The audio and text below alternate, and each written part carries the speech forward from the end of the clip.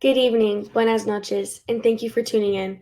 On behalf of all of us at the locally based, independently owned bookstore, Books and Books in Miami, Florida, and in partnership with Miami Book Fair, it's my pleasure to welcome you to a virtual evening with Joan Nockels Wilson, Timothy Nockels, and John Dufresne to discuss the Book of Timothy, The Devil, My Brother, and Me, published by our friends at Bo Real Books. Joan Nockels Wilson is a writer and lawyer, a native of Chicago and a forever learner. She has studied at Northwestern University, University of California, Berkeley, Lewis and Clark College, and the University of Alaska. In addition to her law degree, she holds a Master of Fine Arts in Creative Nonfiction, is a Rasmussen Foundation Individual Artist Award winner, and is a member of the Breadloaf community of writers. Joan has practiced as a civil and criminal litigator in Alaska for 25 years. She currently serves as a senior assistant attorney general for the state of Alaska. Tonight, we are also joined by Timothy Nockels, who was the first of Father John Baptist or Mikia's victims to come forward and the only one to do so publicly. Thanks to his bravery, at least 7 more victims followed. He has worked in financial futures for 32 years, working his way up from floor runner at the Chicago Board of Trade to his current status as president and owner of Pure Soul Inc., where he advises Morgan Stanley on the pricing and execution of euro-dollar operations and trades at the Chicago Mercantile Exchange. Tim also serves as president and program leader of the Special Recreation Association of Central Lake County Foundation, which provides athletic, theatrical, and therapeutic services to children and adults with autism and Down syndrome. To moderate tonight's conversation, we are also joined by John Dufresne, who is the author of 6 novels, Louisiana Power and Light, Love Warps the Mind a Little, both New York Times notable books of the year, Deep in the Shade of Paradise, Requiem, Mass, No Regrets, Coyote, and I Don't Like Where This Is Going. His short story, The Timing of Unfelt Smiles, was included in the Miami Noir and in Best American Mystery Stories 2007. Another short story, The Cross-Eyed Bear, was included in Boston Noir and Best American Mystery Stories 2010.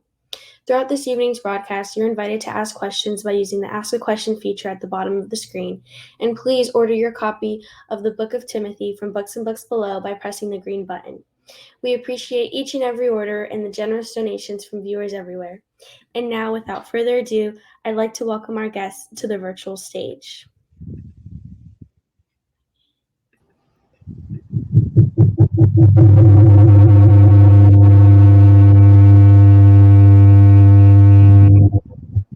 Here we are. Hello. We made it. Okay. Well, I hear a little echoing. Is it just me? okay. I hear an echo as well. I would just double check that we don't have any other tabs open really quickly. Sometimes that causes an echo. Sorry. Hello.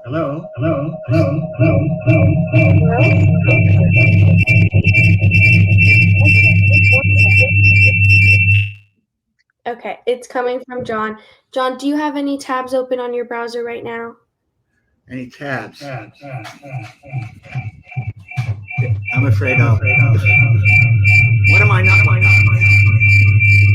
If you wouldn't mind closing them, it's creating an echo. I'm so sorry. I don't know. All I've got is this. Okay. I think. I've got.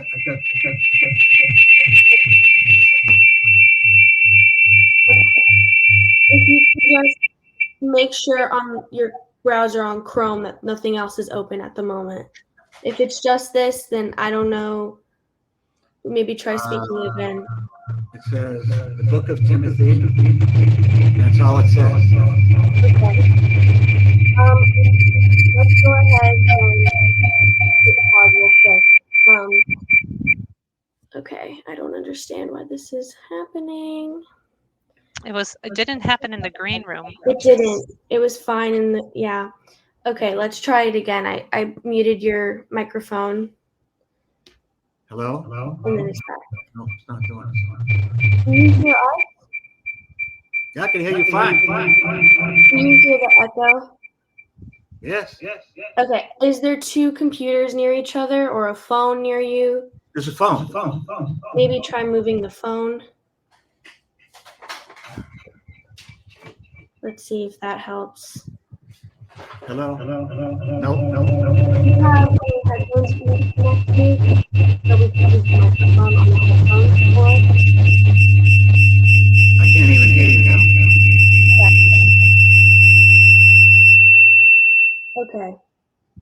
okay. So do you have any headphones that you could I potentially did, and I use? couldn't hear anything when I had them in. Let's try it again and see if. Let me go. Let me get them. Sorry. So sorry Thank you, everyone for the everyone. inconvenience. We're about to get started really quickly. While John's doing that, well, maybe not. How about now? While John's doing that, I'm going to read to you a selection, one I've never read before. I know we have people who attend a number of these events, and this is the first time I'm going to be able to give Tim the last word, so I'm excited about that. This selection will take us to the heart of the book in the meeting with John Baptist Ormachet. So let's see if John has any luck. John, Hello. hey, Hello. That hi, works. that's it. Echo. Okay. It's echo.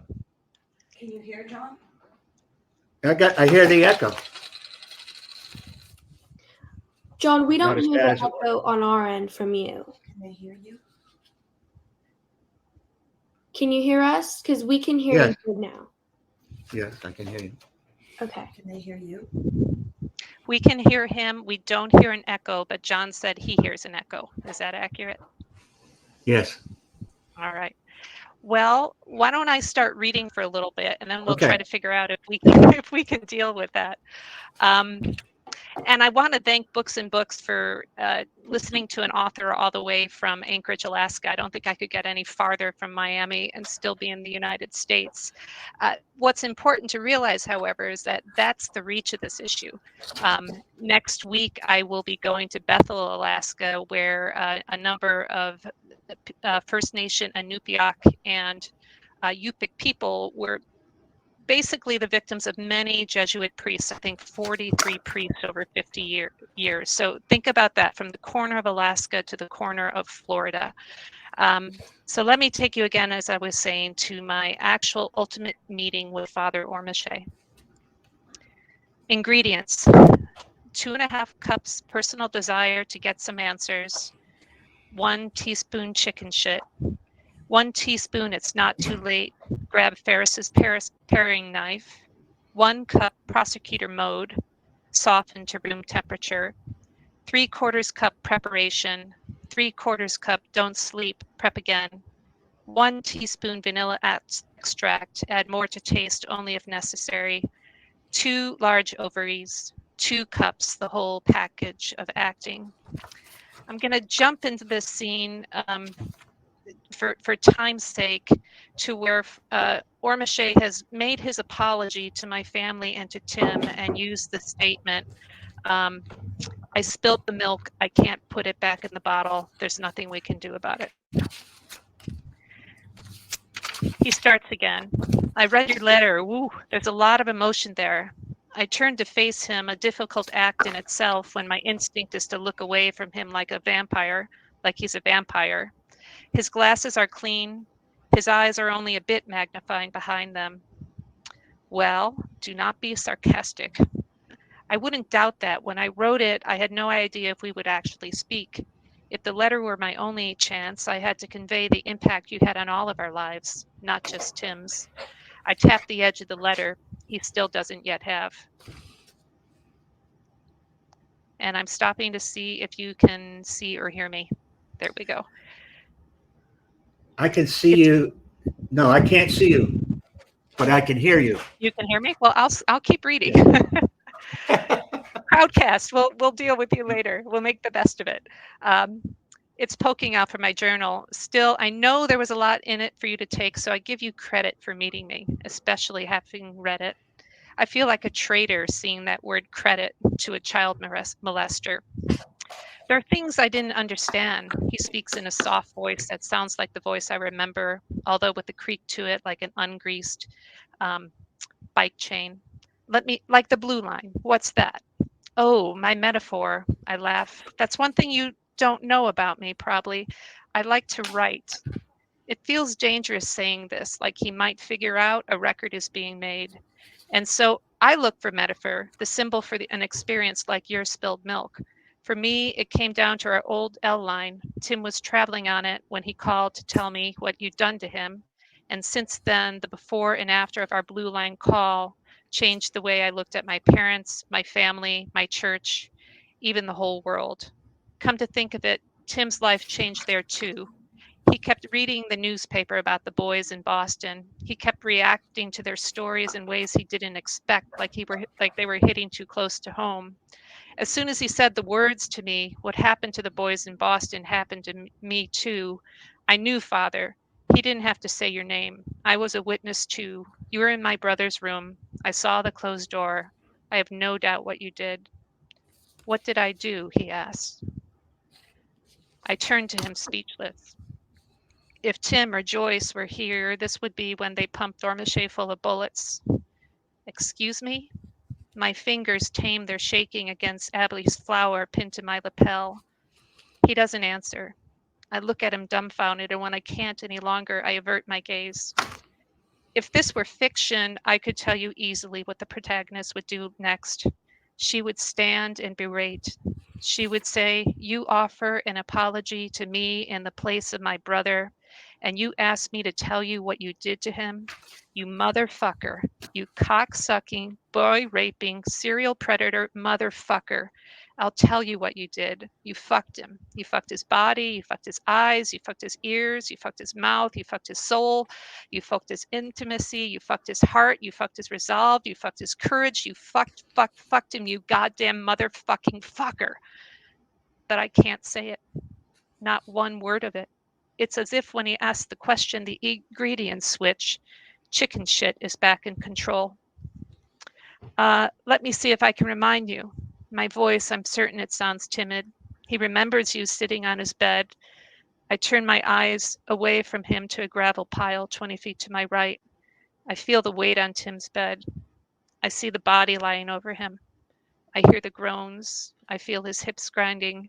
I look right at his eyes and see just one thing: absence. Note to people who are truly remorseful: you don't need me to tell you this. You've thought about it, gone to years of counseling, played it over again in your mind, perhaps even to put some of the milk back into the container, to clean up your mess. You live with what you have done and you try to go on, but you do wring your hands over it because you want to be a better person. And you realize you can't be without the community of others, especially those you've hurt so profoundly. You would not be asking them to accept you again under any circumstance. But you've thought many times about writing to them to give a real, remorseful, down on your knees apology. And never, not ever, would you give an apology and then within 30 minutes of doing so ask the victim's bloody sister, what exactly did I do? Our conversation continued for, I'd say, about a good hour, and I'm going to take you to the scene where I'm leaving the monastery. I reached for my sunglass case. Distinctive to the Juicy Couture brand, it's big and hard covered. Something much larger than sunglasses can be kept inside it. I wonder if that's a flinch I see coming from him, and if he's concerned just for a second whether a paring knife or something more destructive is within. But without knowing when it occurred, I'm done with It's Not Too Late. I don't even need it in fantasy mode anymore. When I open the case, all it contains is what I placed inside it while Ormache was dealing with the deacon. I had moved it from my back pocket. My daughter, I said, holding to a red painted heart, gave this to me in preparation for this trip. It was just a small act to say, don't forget me. This entire trip, this heart, Tim's heart, is giving me the courage I've needed for this visit. Not that I need it for this next reason, but it also reminds me of how much I love her and why I've been so damn kind to you. I want to go home. I give this to you as a small token of my gratitude for you speaking to me. I see what looks like tears return to his eyes. Is that even a finger brush to his cheek? Thank you. Thank you very much. He takes it and turns it in his hand just as often as I did. You're most welcome. This is God's work. I know. You're a beautiful person. I smile. He doesn't know why. Now you're being too kind. As he walks me toward the front door, he's asked if I changed my mind about the coffee. No, I've taken enough of your time. Where are you off to next? I'm not sure, but tomorrow I'm set for the Vatican. There's something I need to do there. Have you seen the Spanish Steps? Yes, a couple of days ago. I enjoyed it there. It was beautiful. I'm about to say seeing all those young people, but I stopped myself for their protection. I don't want his thoughts on any of them. To see the gorgeous pots, purple azaleas, I cover. We make it to the door that's open onto San Paulo della Croce. When I turn, I hand him another envelope and say, I have one more thing for you. I wrote this letter to you in case you changed your mind about meeting. Inside it is also a letter that Tim has transcribed. His words are harsh, and I defend his right to believe and say them to the end. Like I said, he remarks, you're a good lawyer. We already covered that, I laugh, but you might want to add a good sister. I can do that. Goodbye, Father. Adios. Intended translation, go with God, but only if God lets you. I'm not sure of his reply or of how long he might have stayed there at the double set of doors, watching me leave and thinking of home. I do know I made my way down the curious ramp and the following set of stairs, observant to each footfall at a slight jog. When I reached the bottom of the stairs and walked through its still open gate, I looked up to the noon sky and never looked back. What I didn't say. Dear Father, I hope you know by now that the heart I gave you was not one of gratitude, but instead, can you guess, one of remembrance. You see, each day that heart sits on your shelf, each time you mention it to your moderator or others in the know, each passing thought you might have of it and how it and my visit might give you hope. When these things occur, Father, my purpose is fulfilled. You are remembering that the hearts of those that you defiled keep beating, journeying toward peace for their sake and mine, this time for real, Joan. What Tim did say, Ormache, I'm trying to understand the saying, everything happens for a reason. Did I draw a number for before birth, a fucking lottery quick pick? Hey, you win years of sexual abuse as a child that will haunt you until you die. I want to put something on paper for you, shithead, but I decided not to waste my time. Scum of the earth should be placed in prison, not given an office with a view. But you should know you did not win. I am happy to be clean again, including free of the shit you and your employers shoved down people's throats. I relish the fact my children would never be forced to endure your egotistical self-prescribed drug. In my opinion, from Satan all the way down to the Pope and his peons, you're all part of one big drug cartel. You serve no purpose. I don't need to pray for forgiveness for believing this. I don't need to be part of an organization. I choose to be good and to help my kids make good choices. Know one thing, if I ever see you again, I will not hesitate. Have a paralyzing stroke, old man, so no one has to listen to your crap anymore. John Baptist Ormache, CP equals child predator. Wow. I'm hearing the echo. So, but the book of Timothy. Do you hear the echo? I do not, John. I feel Okay. awful that you hear it. No, that's okay. The book of Timothy is a memoir and a true crime chronicle that reads like a mystery novel. And it began with that phone call on March 22nd, 2002. Tim called you on the blue line. And let me quote Robert Greene, director of the Netflix documentary Procession, who sums up the experience of being sexually abused as a child by clergy. Quote, the thing to know about this abuse is not just being sexually abused at such a tender age, it's being abused by the entire belief system. And Tim says it's not the assault itself, but the degradation, the fear, the anxiety, the abandonment, the powerlessness that came with it. We just heard that in Tim's letter, we get an idea of his relationship with that church now. You want to talk about, Joan, your relationship with the church? Sure. John, I've read what you said. It may be a while. You call yourself a lapsed Catholic, but a Catholic all the same. A Catholic who does not believe in God, but does believe in saints. I love that. You and Tim, I think, have a lot in common when it comes to that. I still call myself a Catholic, but I am a Catholic who is hanging to the window's ledge at a window, and nobody is there to pull me up. Yeah. I think, being raised Catholic, it kind of never leaves you. Never. For me, the ritual of it was very important. And there's one Jesus I really connect to, and that's the angry Jesus, the one who went in the temple and overturned the tables. So he and I hang out quite a bit. I can't go in a Catholic church with people. I used to be able to.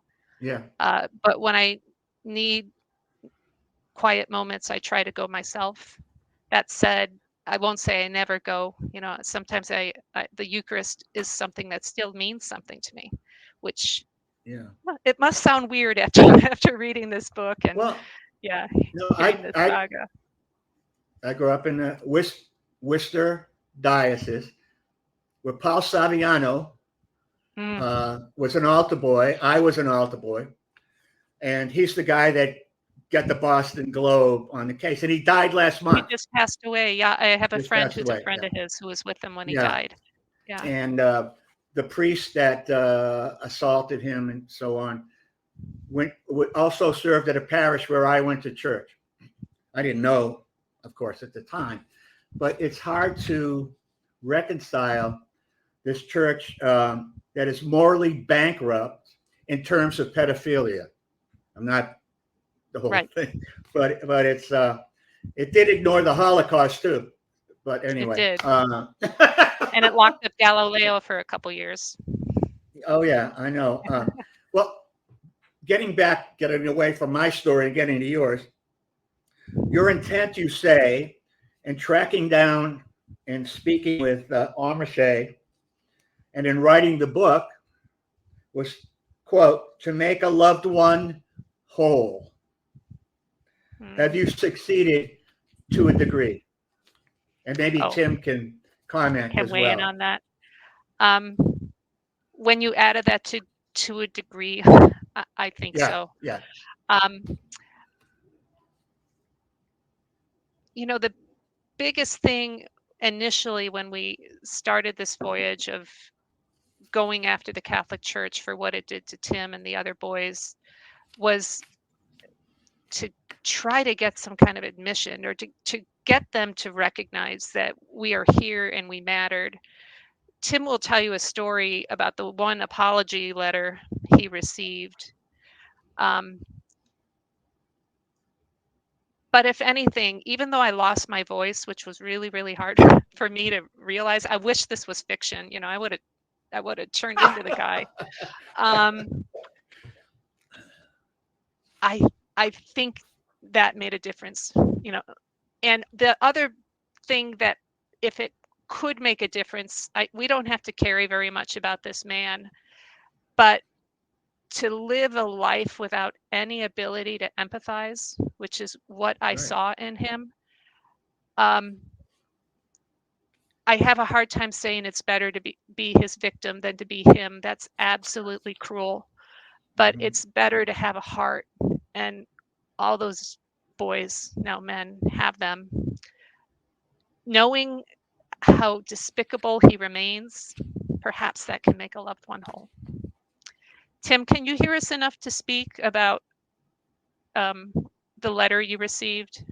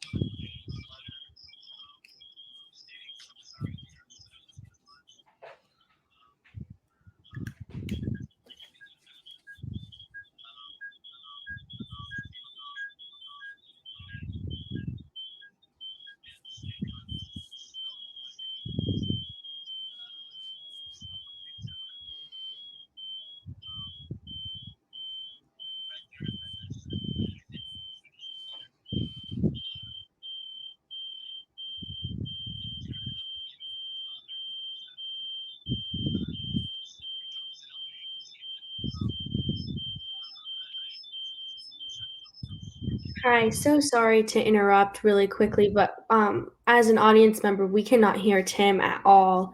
I can't either.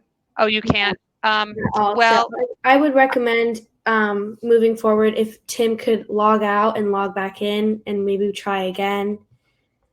we will do that, and I can relay what Tim said. Yes, Good. thank you. Tim said he did receive a letter from the provincial order, and that letter was so fantastic that it spelled his name wrong, like in the addition. So Tim didn't get much past the first 3 lines. We had been part of this church since Tim was 5. My father worked for the church, and if they couldn't bother to spell our name correctly, what was that? I did read the letter, and all it was lawyer speak. It said the priest was dismayed about the allegations, but still accepts the next course of his life, which reminded me a lot of your father Tom in Cross-Eyed Bear, John. Yeah. Let me get back to your motivation, Okay. because to make a loved one whole, you also write that you wanted revenge. You pray for flames to rise up and burn Almaché's place down, and fantasize that this man you call a living, breathing sociopath is tortured by fire, his flesh singeing, his scalp melting. That's pretty intense. Now, revenge, but justice. And of course, that's your business. That's Right. what you're in. You've been a prosecutor. Your job is to see that justice is done. And we have evidence that suggests that in court, the best story wins. And this is this book of Timothy, a compelling story, and heartrending story. Early on, you write, this is the justice part. If Omache does not admit what he's done, he gets away with it. Was justice done? Can I do a quick little segue on that burning? Yeah. The reason it's there is we come from a 3-generation firefighting family, and our uncle, is conveyed in the story, was killed in an arson fire with 2 other firefighters, fell through the roof to their death, burned. And this was just past the time that Tim was being abused by Ormache, and Ormache had the gall to be on the mass, be on the altar for the funeral mass of my uncle. So I wanted for him what happened to my uncle. So back to the day job. I mean, the book, a great part for me of the book was figuring out how I could actually get away with killing him, and whether a jury might actually, allow me to go home to my daughter. And the ultimate thing I was wanting was if those were Tim's words. If he doesn't admit it, he gets away with it. I don't want to ruin too much of the story about how much Ormache was able to admit, because let me tell you, he can admit what a narcissist and a sociopath can admit. They have no further capability than that. Right. But what I did learn was he admitted through his omissions, if that makes any sense. When comparing Tim's story to another boy, he didn't want to get into the discussion of it, because to him they were separate facts based upon the level of interaction of his body with the other boy. He gave an apology, realized he did something.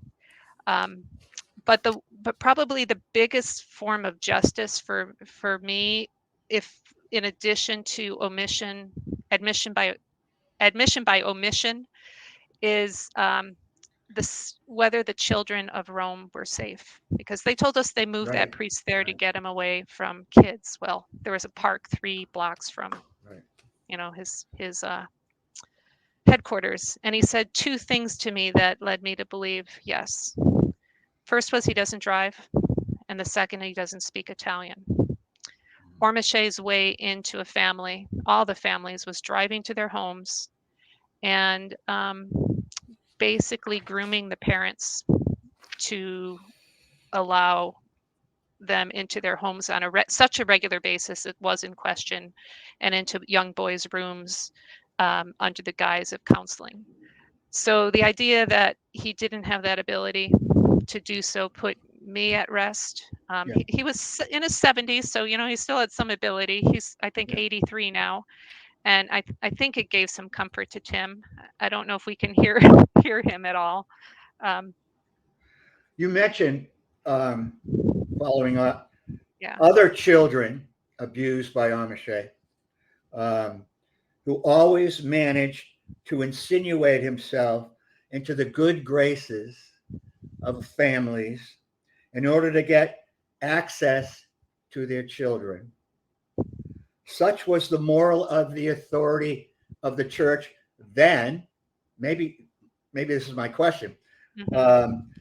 And could the innocence of the family and all that, do you think this can still happen today? Yes, and here's where it's happening. It's happening in Africa, and it's happening in Asia. It's happening in countries like East Timor, and it's happening in countries like Gambia, where the Catholic Church is just now coming into its reach. And priests, if you come up from nothing and you become a priest, all of a sudden you have this power ability. Yeah. It's there. So is it happening as much in, the United States and Europe? God, I hope not. Yeah. I think I check with a group called Bishop Accountability, run out of Boston, which tracks all of the abusers. And I wish I could speak to Terry McKiernan. He would tell me how many recent cases there are. But I don't see it fixed. And one of the best proofs of it is the story that just came out about Pope Benedict, from 2 days Right. ago. Right. A number of people sent that to me, and they said, and my reaction was, yeah, I expected that. Of course, he moved predator priests and then lied about Right. it. That's what they all do. Yeah. And So, Bernard Law, mhm. who moved everyone around Boston, the archdiocese, ends up with a cushy job, probably near Amichet in Yep. Rome. And by the way, you mentioned your daughter. Yeah. And I have to say, she was a wonderful healing presence through that book. You talk about not believing in God, and Tim's got his own story. But when I get a child like this say all the magical things to me, and and she's a smart kid, and the way she just fell in our life, that's my proof of God in that Okay. little girl. There's And I'm also, amazed. She was yeah, 3 years old going on 4, and she was that articulate and she understanding. really was. Yeah. And she gave you fetishes to take with you, there Yeah. with you. And Yeah. she was wonderful. The book is not all grim. There's another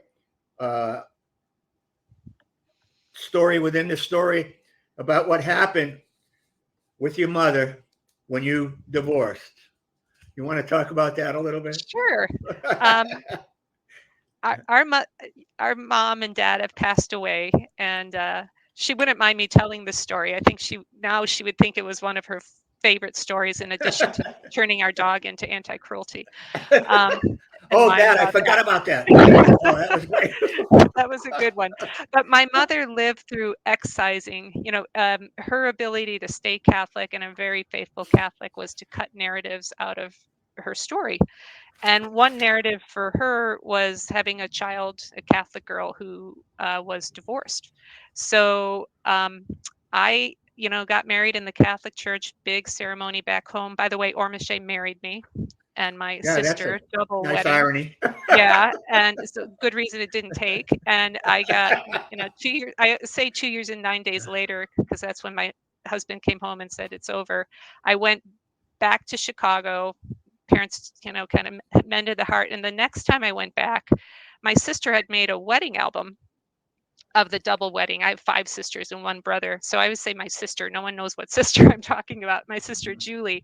And I realized my mother had cut me and my ex-husband out of the wedding album. And so part of when I realized that, when she cut me out of the wedding, that helped me understand how she was dealing with the Ormache situation. Tim, when he was 16, did tell my parents what happened. At the time, Tim was going through hell because from the age of 12, he couldn't come home, drinking beer. He can explain, if he could, the litany of things that happened to him. And when he got caught doing something wrong, Tim tried to explain what happened to him. And both my mother and father said, never talk that way about a Catholic priest again. Mm-hmm. When Tim did come forward another 20 years later, one thing I know Tim has said is it was easy for him to forgive them because they looked at him and they gave what Ormache never did give, an actual apology for their part. My father spent his last 10 years, I think, living his penance here on earth. And my mother dealt with it the best she could. That's all I can say. One of the book of Timothy from the Bible, which it appears on and off again all the way through, is a sort of misogynistic text. Yeah. And the Catholic Church itself, I hope I'm not overstepping my bound, is a misogynistic organization. Is that one way we can begin to the church to? Could you comment on that? Yeah, I can't. I mean, back when the church started making its statements about all these cases of clergy sex abuse, they blamed it on the sexual revolution in the 1970s. That was their answer. Priests got loose the same way women did. But being in Rome and listening to women Catholic scholars like the Medaleva scholars helped me realize that the Book of Timothy was actually a rewrite. It was allegedly supposed to be talking to the early Christians of East Asia, in the 80 AD time period, but it wasn't written until about 300 AD when women were actually preaching. When women, the church was in their homes and they had the Eucharist, they preached the gospel. And this book basically said, nope, women, you're meant to be subordinate. Yeah. My hair's not in a braid, as I mentioned in the book, but it is pulled back and you must be meek. And to me, if beginning that history in 300, I think we got to the stage where women gave their babies over. They lost their voice hundreds of years before, and this was the natural extension. So if there's any reform of the Catholic Church, I think we have to go back to first century principles. Is there anything you wish you had left out of the book? Or anything you wish you put in? Yeah. So I don't want to identify anyone. So let me figure out the best way to say this. There was a level of sexual assault on one child that I don't think the living relatives of the boy actually knew until they read my book. And I haven't heard from them. They were very interested in the book before it came out, and I really think I've hurt them. I wish I could have been more sensitive about that. I changed their names, of course. You know, Yeah. I made them as unrecognizable, but they would be able to recognize themselves in the story. Uh, Um, what I wished I could put in was kind of it takes quite a while if you're not an author of your caliber, John, and if you're primarily a lawyer to get a book published and to find a publisher who will take on clergy sex abuse as a. and you got a great publisher. I did. Red So Hen. They're yeah, fabulous. they're wonderful. Yeah. And but during that time, there's been a lot of growth. You know, I'd like the readers to know what happened after October 2012. And the good news is that I'm working on the rest of the story. But in addition to the Cubs winning the World Series, which was very important to me, my marriage survived 20 years next month. Yeah. You know, my daughter's turning into a really good teenager, meaning she's Great, testing me to great. the limits. And I still have this relationship with God Great. that finds its way through nature. I get to actually write about Alaska. You know, I moved here right after college. You moved to the south, I moved north, and Right. it's in my heart, and I haven't written about it to any great extent. So that'll be much better than writing about clergy abuse. Good. We got a question.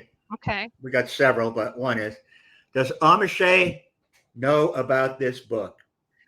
Boy, I would Did you- love to know the answer Did you to send that. him a copy? I actually, John, I a couple weeks ago, I got a call from Rome, and I looked at my phone. I was afraid to answer it.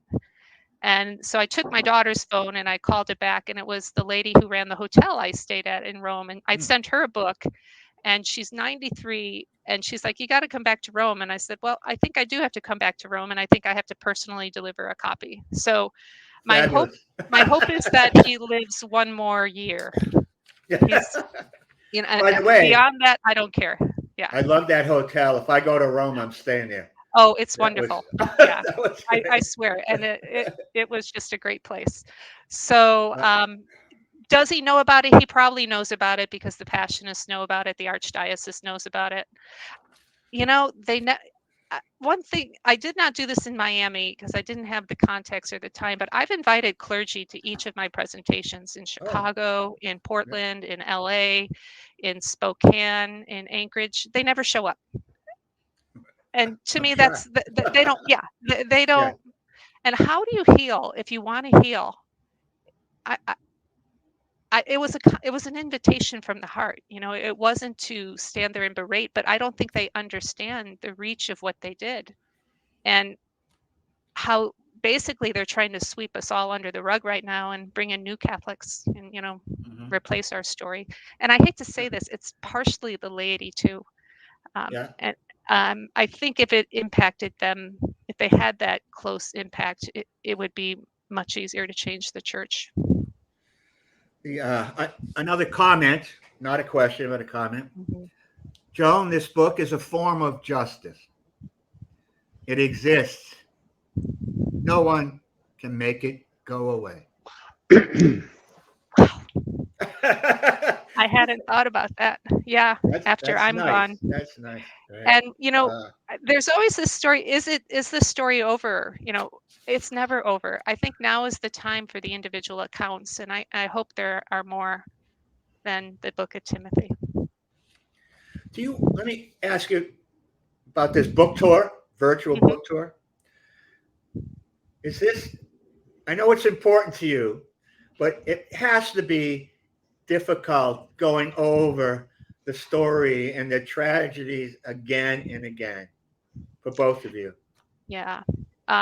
Tim, can you talk yet? I'm not sure. Can you hear me? Oh, yes. Yay! Okay. Tim, why don't you grab that one? I mean, did you hear the question? One more time. Well, so go ahead, John. No, you're doing this book tour, virtual book tour, which means you have to talk about these very difficult events that happen in your life over and over again. Of course, you're telling, you know, what was I've written down here. It was basically, did that hurt? You know, is it re-injuring us? Is what I heard. Yep. Sometimes. I think that's probably my best answer. Um, I definitely, I think the lasting effects of everything that happened when I was younger, it is uncurable post-traumatic stress syndrome. There's nothing you Yeah. can do or say to make that go away. It's your scar for the rest of your life. Um, it does affect um, how I um, my feelings. If something like I have extreme anger issues. If something was to happen to somebody that I cared for, um, I, I get violent when somebody that I really loved passes away. Um, if there's a topic that I'm talking about that I'm maybe even proud of myself, or something that uh, I really touches my emotions, my brain shuts down. I can't pronounce a syllable, let alone my first name Tim. It's hard enough just to get that word um, out of my mouth. Tim, wake up. Settle down. It's just there's nothing that can stop it. Once it gets me, it's game over. I might as well hang up the phone. But I think since I've been doing these, it's therapeutic. Uh, Oh, good. it becomes more natural, especially when you think about. I've been approached by people that not necessarily been abused by a priest, but by anyone, Yeah. and it doesn't have to be a child. It can be a senior. I've been approached by old men and women saying that they were abused.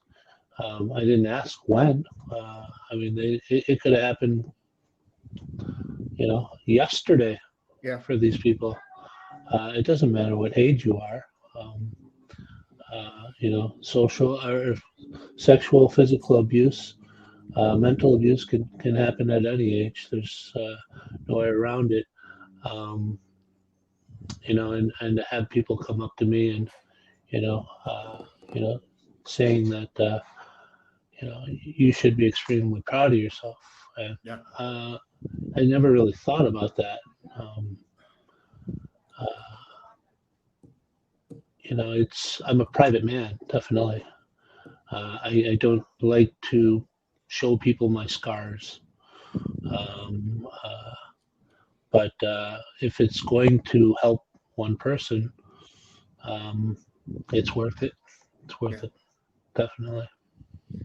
But I know I could feel the pain now Oh yeah, it's there. going through Yeah, this. it's Yeah. I definitely mean, there. yeah. You know, I can say, the great gift, your great gift to the world is that you wouldn't stay quiet, that you spoke up against that whole organization we're talking about. Oh, if I had my way, it would be a lot louder. I can tell you that much. I They don't would think feel my wrath. it ever was a question for you to not go public. And um, from day one, I don't ever remember you saying anything about, I want my name out of this. Mhm. No, I want them to see me. I want them to know I am their enemy. I am the good. They are the bad. I want them to know that, and it's important to me. Here's a comment just came in. Kim, thanks so much for your courage. Thanks for sharing your story. How do you view your relationship with God Mm. if you still have one?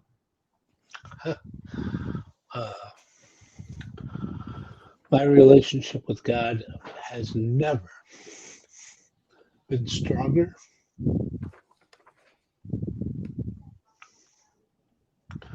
I essentially, you know, how you grow up and you sort of, you know, how you're taught as a young Catholic, you know, heaven above, earth, and then hell below. You know, that's just the way that the books bring you. The way I look at it is heaven above with God, um, and then below heaven is the people. Below people is Satan, and below Satan is the Catholic Church. So the Catholic Church essentially has to go through Satan to get to the people. And there's no way in hell they're reaching God. They are at the absolute bottom in my mind. And that's where they belong, and that's where they're going to stay for the rest of my life. And I couldn't be more happy about that, because they can't touch me anymore. They're not going to touch my family. They're not going to touch my boys.